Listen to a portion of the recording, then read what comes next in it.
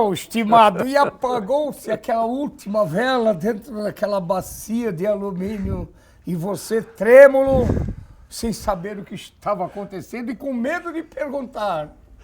No quarto, sozinho com o setembrino, a luz de velas apagando. Ah, que perigo, a luz de vela, hein? Companheiro, olha. Enfim. Mas nesse dia, e talvez por participar dessa espécie de ritual, que era uma coisa que ele fazia toda sexta-feira. E aí, então, eu fiquei sabendo isso, pois ele me falou, que ele fazia para cada vela uma devoção e tal. E nesse dia ele me mostrou fotografias, recortes de jornais. Nesse dia ele contou uma série de passagens da vida dele que até então não tinha contado, e aí eu comecei a me interessar. Nesse dia ele me levou até num sítio, inclusive, que tem aqui no alto, aqui de Rio do Sul, e aí onde eu vi uma espécie de, numa pintura do sítio dele, uma pintura no fundo, onde tinha uma espécie de caricatura dele com o cinturão, e aí tinha esse número 55 para 56. No cinto, na fivela do cinto. Na fivela do cinto. E ainda brinquei dizendo, seu Setembrino, isso aí é sua idade quando o senhor pintou o quadro. Estava junto o Júnior Bonin, meu companheiro de trabalho. Foi o dia que eu passei mais medo. Ele mostrou aqueles dentes de ouro com uma visão muito feia. Muito feio. Aqueles dentes assim. Mas aquele sorriso E não maroto. disse nem que sim, nem que não, e eu estou arrependido até hoje de ter feito a pergunta. Você sentiu que não devia ter perguntado? Não devia. Mas era uma curiosidade natural. Quando, antes de ir para lá, no sítio dele, ele me mostra esse livro que foi escrito por um colega de cela. E aí, nesse livro, conta como ele se envolve nesse mundo do crime, que inclusive é parte da introdução que você faz no livro, aliás, né, onde ele tenta justificar do porquê que mata a primeira pessoa. Que nós vamos falar daqui a pouquinho, É legítima claro. defesa, enfim e tal. Daí pude entender um pouco desse setembrino. E da fivela, era o número de mortes aquilo que você não concluiu? Bom, eu imaginei que fosse. Porque você disse que ele tinha de 50 a 70 mortes, é o que você conseguiu descobrir? O que dizem agora, né? O que dizem agora. Quando eu vi, e o único você número cita no que eu livro vi... que esse número foi inclusive raspado e Estava foi arriscado. aumentado 10.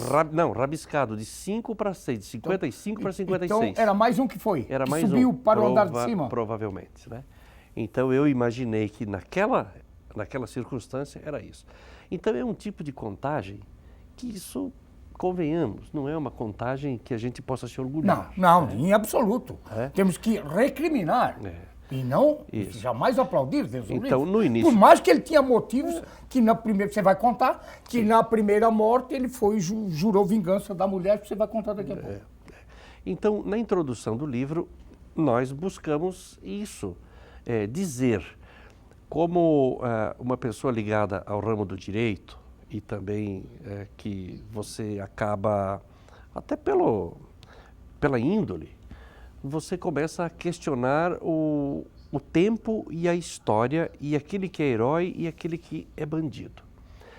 Tiradentes, a rua que eu moro, a Rua do Setembrino, foi uma pessoa julgada e condenada e teve o corpo esquartejado. Foi enforcado? Enforcado, os pedaços do corpo pendurado nas ruas da capital Rio de Janeiro, para que fosse de exemplo que esse...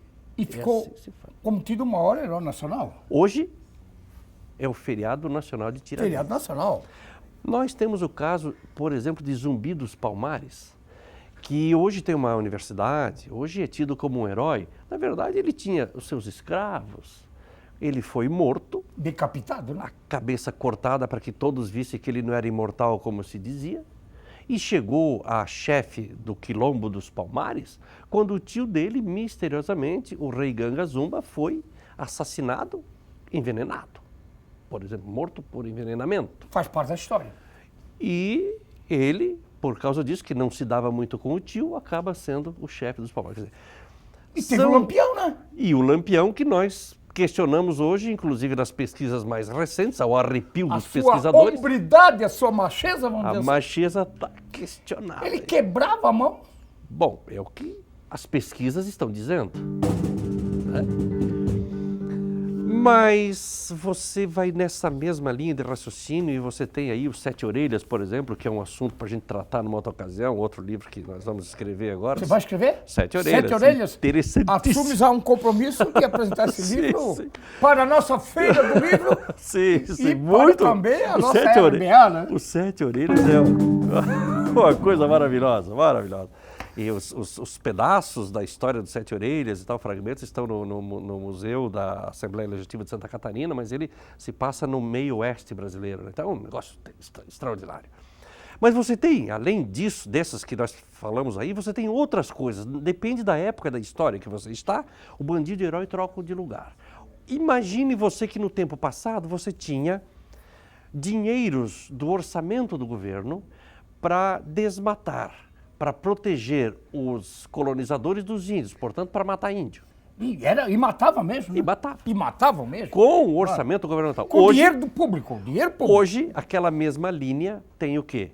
Proteger as florestas, proteger os índios. Quer dizer, onde nós estamos, em que época da história que nós estamos, o bandido e o herói. Talvez isso possa suscitar o caso de Setembrino, que talvez hoje seja realmente esse personagem antológico, vamos dizer assim. Esse mito, essa lenda, enfim. E com o passar do tempo isso melhora, né? O entendimento sobre esse assunto melhora.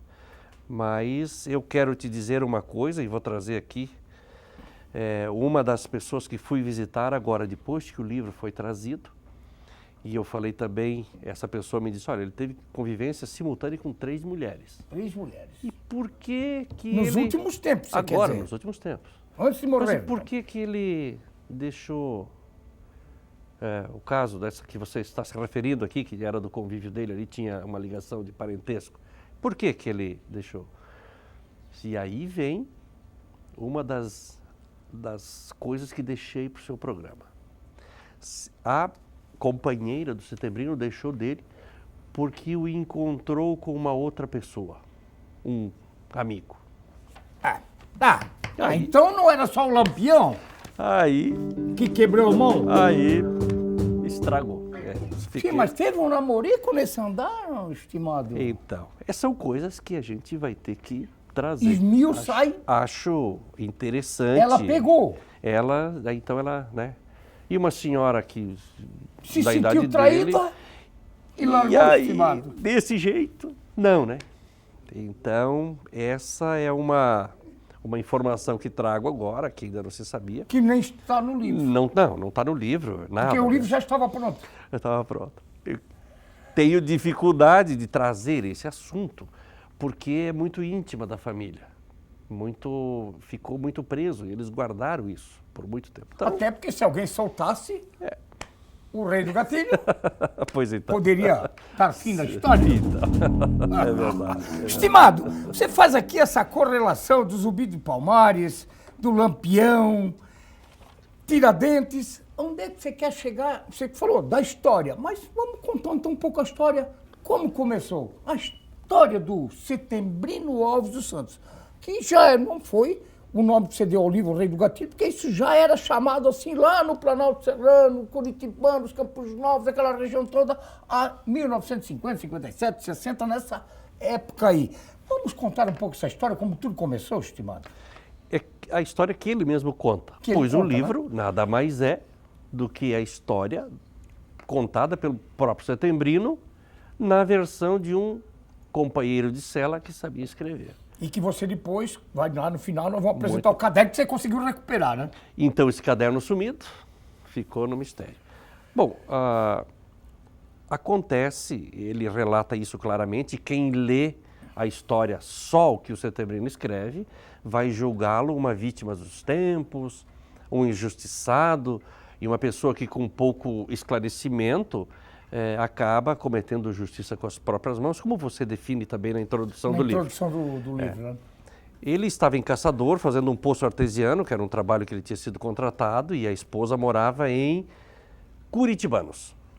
Soube ele lá em Caçador que a mulher recebeu visitas na casa atrás de um revólver. Smith Wesson, é isso que chama? Smith Wesson. Que Bem western, né? Bem western. Bem lá de Hollywood, né? Cabo de pérola, cheio de rubi, ouro pra tudo. Aquelas coisas, relíquias que no passado se usava muito, estimado. É um revólver que permanece incógnita e só surge agora no começo da história. Então, esse revólver era do avô. No começo da citação, Setembrino diz: meu avô, que faleceu com 100 e poucos anos, nunca teve problemas com a justiça e tal. Tá no livro. E meu pai era irmão gêmeo, né, tal. E meu avô deu esse revólver pro meu pai, mais o irmão gêmeo, portanto, meu tio enciumou. E então meu pai deu esse revólver para mim, e eu guardei com uma lembrança do meu pai e tal. Mas o filho do meu primo, tal de Antenor, meu primo irmão, herdou o ciúme do pai e veio buscar com o delegado, com o cabo da polícia militar, e mais eles, são 3, na casa onde o Setembrino não estava, forçando a mulher que entregasse esse Curitibanos. Em Curitibanos. Ela não entregou, foi judiada, como se diz. Espancada. Espancada. Abusaram da mulher? Não está bem escrito isso. Não está bem claro isso. Me parece que não. Nesse caso, não. E ela estava grávida? Ela, de 8 meses, acaba falecendo depois no hospital de Curitibanos. É assim que Setembrino vai de Caçador para Curitibanos. Vai reclamar aonde? Na delegacia com o delegado? Ou no fórum? Na polícia militar com o cabo? Que foram na casa dele. Sobrou... Que é o que ele conta, né? Claro. Sobrou o juiz.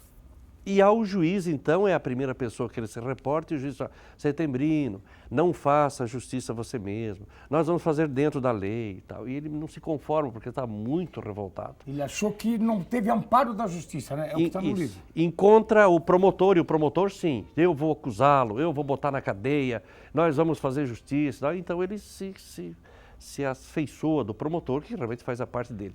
E passando pelo fórum, encontra um rapaz novo, chamado Onofre Santo Agostini, no cartório. Que é o nosso deputado? Exatamente. O deputado federal, exatamente. Onofre Agostini. Agora não correu mais, está meio cansado, está cansado. Tá cansado. Cansou. Aposentou. Mostrei a foto do Setembrino para o Onofre, ele ficou encantado, começou a contar histórias maravilhosas. O Onofre era amigo do Setembrino. Sim, amicíssimo, sim, amicíssimo. Mas o Onofre também orientou o Setembrino ali como que deveria proceder e tal, então ele... A mulher acabou falecendo, então? A mulher faleceu no hospital e aí ele acaba enfrentando o delegado num almoço, numa churrascaria. Ele se jogou embaixo da mesa e deu um tiroteio. Virou a minha... Como é que foi? Ele estava na churrascaria? Sim, chegou o delegado então. E ele sabia que ele estava procurando ele? Sim, já... Porque ele já tinha jurado de morte, é isso? Isso, já tinha uma encrenca ali, né? O livro não relata todas as nuances, mas eu vou fazer a apresentação do livro lá em Curitibanos. Vou fazer um lançamento lá em Curitibanos. Vou fazer, o Tacílio Costa, Santa Cecília, já estou agendando as datas lá. Vai com colete. Sim, boa. Sim, já para conhecer. Então, os dois se enfrentam e o Setembrino vira à mesa e dá um tiro certeiro e deixa o delegado em cadeira de rodas pelo resto da vida. Ficou paralítico. Foge. Paraplégico, no caso. Paralítico. Foge. E dali, porque iriam persegui-lo, claro, já que ele atirou no delegado. E aí ele vai para Curitiba, tem algum tipo de orientação. Mas o Antenor não está junto a esse Não, agora não. Nessa história agora não. Só estava o delegado? E ele foge para Curitiba. Quando está voltando de Curitiba, o Antenor está esperando ele no ônibus. Esse que foi lá também com o delegado para buscar o revólver. Isso, o primo. Que é o primo? O primo. E o Antenor, quando ele sai do ônibus, dá um tiro. Não acerta. Tiro no Setembrino. Não acerta no Setembrino. Então era um bang de Hollywood, um western mesmo. O Setembrino dá um tiro certeiro e derruba o primo no chão. Na frente de parece que uma barbearia. Uma loja. Aqui uma no livro traz uma loja. Aqui traz aqui uma loja. Nesse caso, ali, retrata o jornal da cidade com a foto do Antenor caído, sangue no chão, Estava fazendo uma campanha Mantenha a Cidade Limpa, alguma coisa do lixo. Tinha um lixão daquele, o E lixo ali. sai essa foto. Eu quero ver se naqueles rascunhos do Pode. Setembrino eu encontro isso, porque eu vi isso lá. Você viu a foto? Sim, essa o foto eu lixo, vi. o cara morto ali? E mantém a cidade limpa. Então, como que se dissesse um lixo se foi. E aí ele conta por que deu esse impacto positivo na vida dele, porque o Antenor era uma pessoa de... A conta no livro que era um pistoleiro Tinha de matado aluguel. várias e várias pessoas, feito coisas horríveis, né? E ele saiu dali, matou o primo, o Antenor, Vai a júri e foi, popular. e foi na mulher do cara contar. Sim. Vai juntar aquele porco, uma coisa assim? Isso. Tá no livro? Está no livro. Aí o Antenor, morto, vai a júri popular o Setembrino por esse crime. E o que acontece? 7-0, Foi absolvido. por unanimidade. Que a cidade de Curitiba queria ver uma limpeza, então. Isso. E ele fez a limpeza, é isso? Isso. Depois, mais adiante, ele vai num outro júri, por outros assuntos que acontecem lá em Curitibanos também. E foi condenado.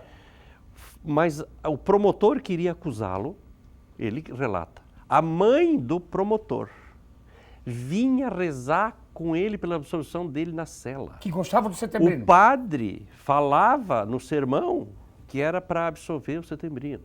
Quer dizer, O padre, a mulher, a mãe do... Tudo engatado no Setembrino. ele relata umas coisas extraordinárias. Mas essa sempre é a versão do Setembrino. Do Setembrino. Podemos, você tem relatos para falar depois do nosso retorno? Vamos lá. Banda Chapéu Preto.